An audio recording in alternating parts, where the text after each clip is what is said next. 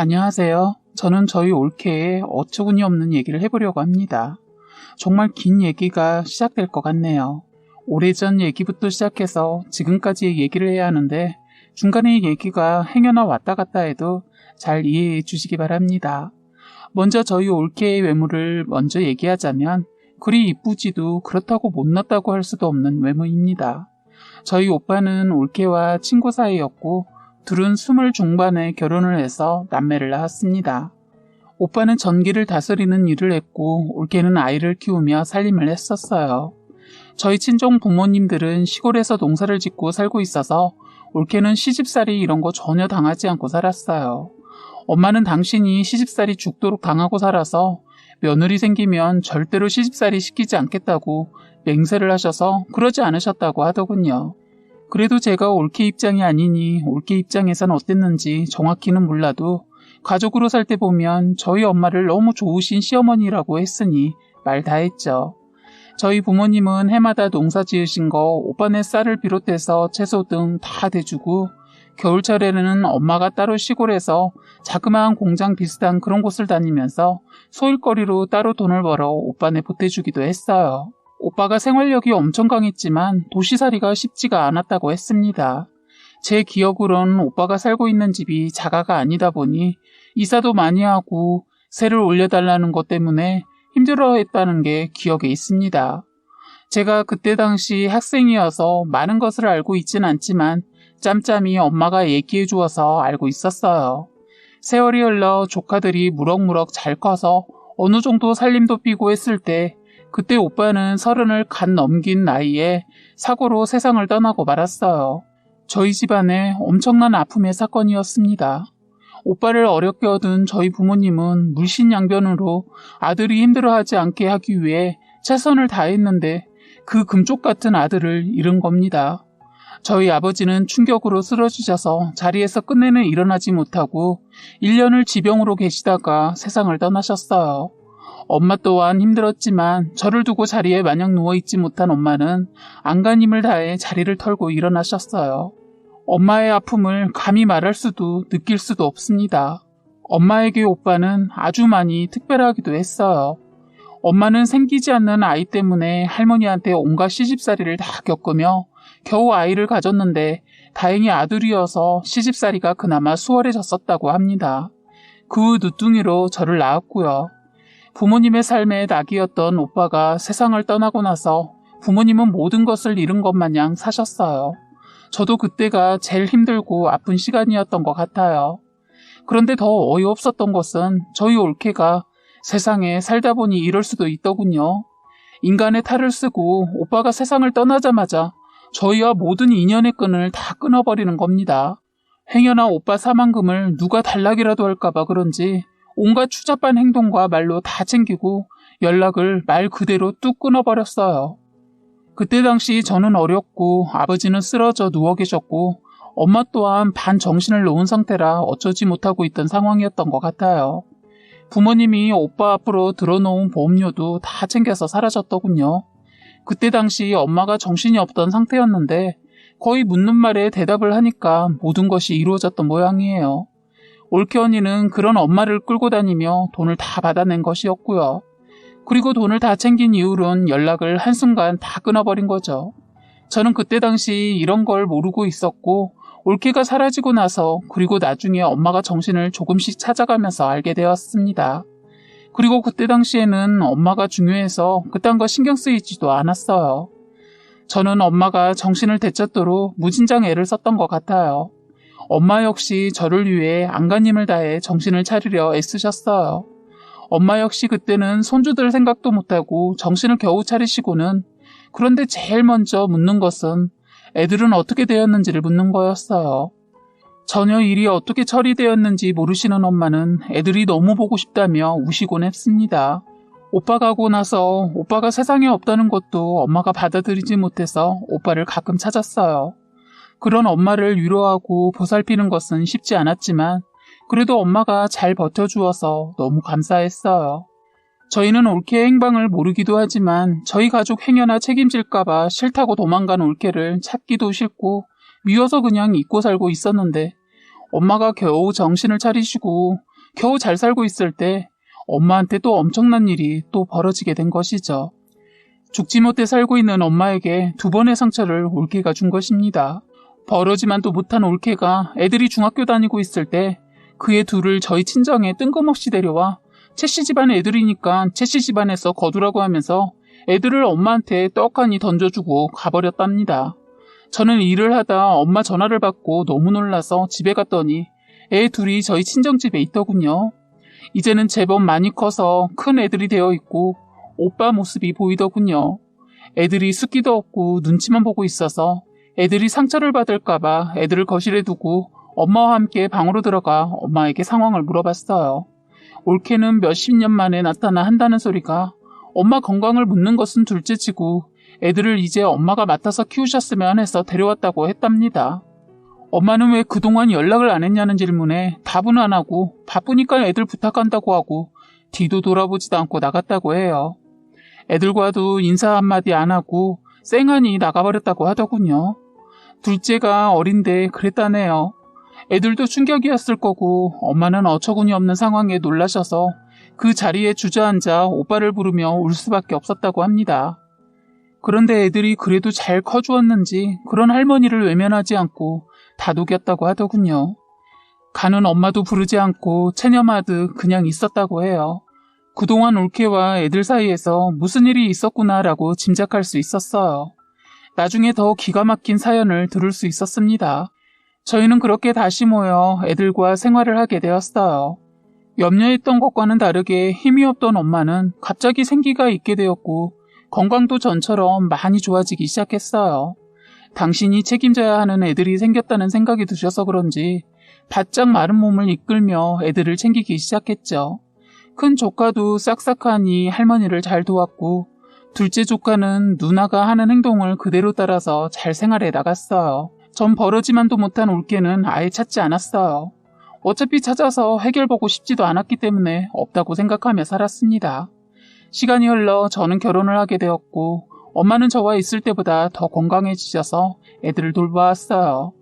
제가 결혼할 수 있었던 것도 어떻게 보면 저희 조카들이 있어서 쉽게 결정할 수 있었습니다. 엄마의 건강 때문에 결혼을 미뤘었는데 애들이 자기들이 보살핀다며 되려 저에게 결혼을 서두르게 했어요. 저는 결혼해서 애도 낳고 결혼 생활하며 잘 살고 있었습니다. 그리고 결혼은 했지만 저희 남편이 저희 친정엄마랑 조카들을 잘 챙겨줘서 주말마다 가서 함께 시간을 보냈었어요. 그렇게 또 시간이 흘러 저희 큰 조카도 20살이 되자마자 연애를 해서 만난 남자랑 혼인신고 없이 그냥 저희 친정에서 동거를 시작하기로 하고 살고 있었어요.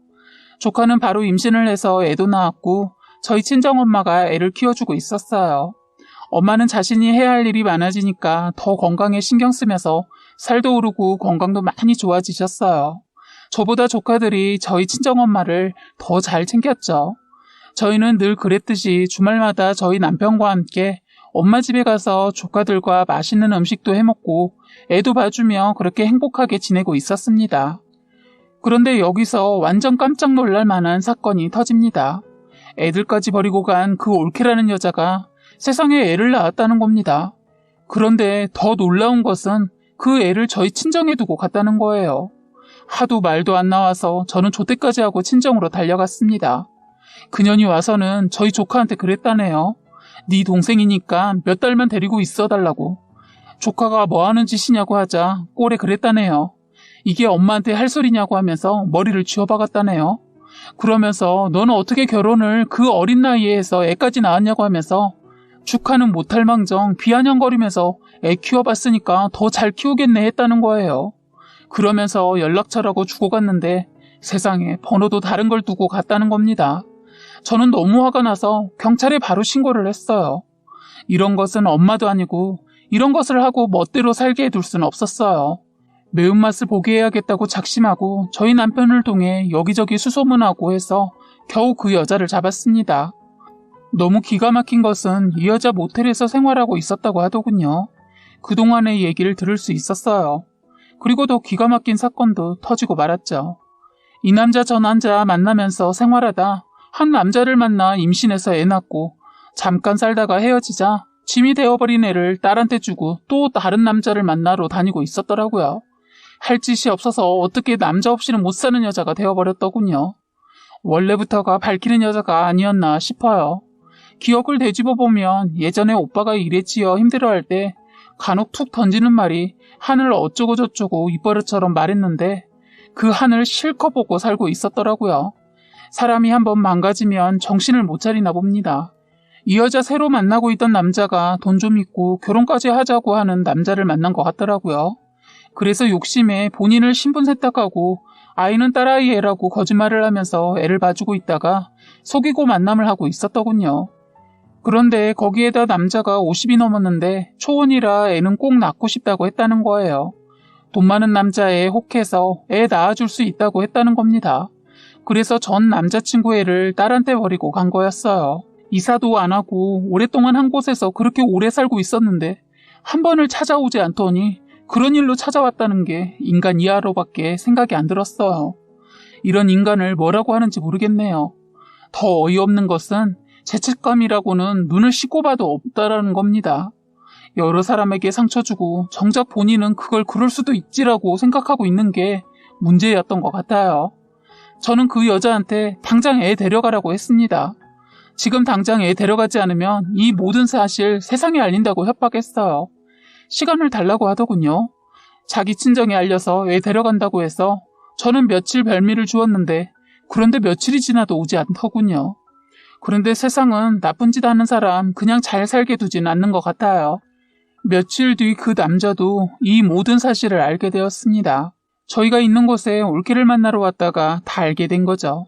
올케는 저희와 마무리 잘 끝내면 바로 그 남자랑 결혼이라도 하려고 했나 봐요. 그래서 끝까지 그 남자에게 속이려고 했는데 그만 올케가 생각 없이 저희랑 만나기로 한 장소를 말해버려서 그 남자가 찾아온 거였어요. 잠깐 어디에 있다고 저희 친정집 근처 장소를 말해주는 바람에 그 남자는 얼마 안 되어서 저희 앞에 나타났어요. 저희가 길거리에서 소리 지르며 나눈 대화를 다 듣게 되었고 그 남자는 저희 앞에서 그 여자 옷이 다 뜯겨질 정도로 잡아채면서 폭행을 했습니다. 뺨을 어떻게 그렇게 야무지게 때리는지 한순간 일어난 일이라 말릴 새도 없었습니다. 이 남자 알고 보니 올케한테 진심이었더라고요. 그래서 모든 것을 주려고 했더군요. 사람의 마음을 가지고 논 올케는 그 남자가 해준 값비싼 선물들과 결혼을 앞두고 받은 선물까지 팔아서 도박을 했던가 봐요. 온갖 거짓으로 그 남자한테 돈을 받아다 이러고 살았던 것 같아요. 이 남자도 서로 나이가 있고 하니까 많은 것을 따지지 않고 올케 모습만 보고 좋아했던 터라 이렇게 어마어마하게 당했더군요. 거기에 거짓말로 애들이 너무 힘들어한다고 하면서 돈도 빌렸다고 하더라고요. 그런데 이 여자 너무 당당한 것 때문에 모두가 놀랐습니다. 자기가 뭘 잘못했냐고 자긴 잘못한 거 없다고 하면서 생떼 아닌 생떼를 부리는데 정말 못 봐주겠더군요. 그때 저희 조카가 한 소리 했어요. 더 이상 당신은 내 엄마가 아니야. 그래도 언젠가는 엄마가 정신 차리고 우리를 찾아와 용서를 빌 줄 알았어. 그래서 이사도 안 가고 그곳에서 살았어. 그렇게 남자 없이는 못 살아? 우리랑 살 때도 하루가 멀다 하고 남자를 바꿔가며 만나고 데려오고 온갖 추잡한 짓 다 하더니 아직도야? 우리 이제 남처럼 살자. 그리고 이 애 내 동생 아니니까 데려가. 왜 나한테 이런 짐까지 주는데? 조카의 말이 끝나자마자 올케가 피범벅이 되어서 도망을 가려고 했습니다. 저희는 올케를 잡고 친정 식구 부르라고 하고 있었습니다. 그 순간 위에서 뭐가 땅으로 떨어졌어요. 조카 둘째였습니다. 이 또한 순식간에 벌어진 일이었습니다. 남자애고 사춘기가 와서 그런지 이 상황을 못 받아들인 조카는 밖을 보고 있었는지 순간 창밖으로 뛰어내려 버렸어요. 정말 그때 아찔했던 것을 생각하면 오금이 저립니다. 저희는 조카인 걸 확인하고 큰 조카가 자기 엄마 등짝을 때리면서 울면서 태호 잘못되면 각오하라고 하더군요. 다행히 엄마 집은 3층이어서 생명에는 지장이 없었지만 다리 골절과 얼굴에 상처를 입었어요. 팔은 금방 갔다고 하더군요. 그날 정말 동네가 시끌벅적거렸어요. 그 여자 그때서야 뭔가 느꼈는지 조카가 떨어진 곳으로 뛰어가다가 주저앉아 그 자리에서 울면서 미안하다고 오열하더군요. 조카는 병원으로 옮기고 그들은 경찰서로 가고 결국 올케라는 여자 자식들한테 버림받고 갓난아기 조카는 애 아빠를 찾아서 보냈습니다. 올케는 몇 년 후 다시 애들 앞에 다시 또 나타나 함께 살자고 했다고 합니다. 염치도 없는 여자가요. 엄마가 집 앞에 왔다는 큰 조카의 전화를 받고 달려갔더니 저희 친정엄마가 이미 그년한테 소금 한 바가지 부었더군요. 저는 그 여자한테 다시는 애들 볼 생각하지도 말고 속죄하면서 살라고 했습니다. 그동안 오빠 사망금으로 호화스러운 삶 누렸으면 이제 정신 차리고 죽은 듯이 살라고 했어요. 다시 또 나타나면 이 정도로 끝나지 않는다고 하자 무릎을 꿇더군요. 애들을 위해서 절대로 애들 앞에 나타나지 않는 것이 애들이 살 수 있는 길이라고 하자 더 이상 어떠한 말도 못하고 뒤돌아가더군요.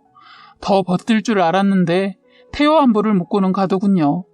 큰 조카는 뒤돌아가는 자기 엄마한테 침을 뱉으며 다신 찾아오지도 말라고, 당신의 피가 내 몸에서 흐르고 있는 것 자체가 소름 끼친다며 다시 오면 모두가 죽는 거라고 협박을 했습니다. 한동안 정말 죽은 듯이 살고 있는지 연락이 없었는데 지인을 통해 연락이 왔는데 위암에 걸려 수술받고 항암치료 중이라고 들었습니다. 올케 부모는 어쩔 수 없이 딸을 저버리지 못하고 받아주었던 모양이더군요. 결국 부모한테 다시 찾아가 살고 있는데 문제는 얼마 남지 않았다고 들었는데 이것을 알릴까 고민하다 조카한테 말했더니 제값 받는 거니까 다시 만나고 싶지 않다고 자르네요. 그동안 얼마나 아픔이 컸으면 엄마의 죽음을 알고도 다신 보고 싶지 않다고 하더군요. 저 또한 조카 입장이면 그러지 않았을까 싶습니다. 저는 조카의 선택을 존중하고 그냥 지내고 있어요. 지인이 올케의 사진을 보내왔는데 완전 뼈밖에 없더군요. 죗값을 제대로 치르고 있구나 하면서도 사람인지라 마음은 그리 좋지만은 않네요. 작은 조카는 길거리에서 혹시라도 자기를 찾아오면 엄마의 아구창을 날려버린다고 하더군요. 얼마나 상처를 받았으면 이러겠어요. 다시는 우리 조카들이 아픔이 없기만을 바랬는데 또 한 번 아픔을 겪게 될 것을 생각하니 마음이 아픕니다. 이 또한 지나가리 생각하며 고모인 저는 애들이 잘 이겨내주기를 바랄 뿐입니다. 애들이 이제 행복하게 잘 살았으면 좋겠어요. 지금까지 여러분의 소중한 사연을 읽어드리는 해바라기 사연방이었습니다. 구독과 좋아요, 알림 설정 부탁드리겠습니다.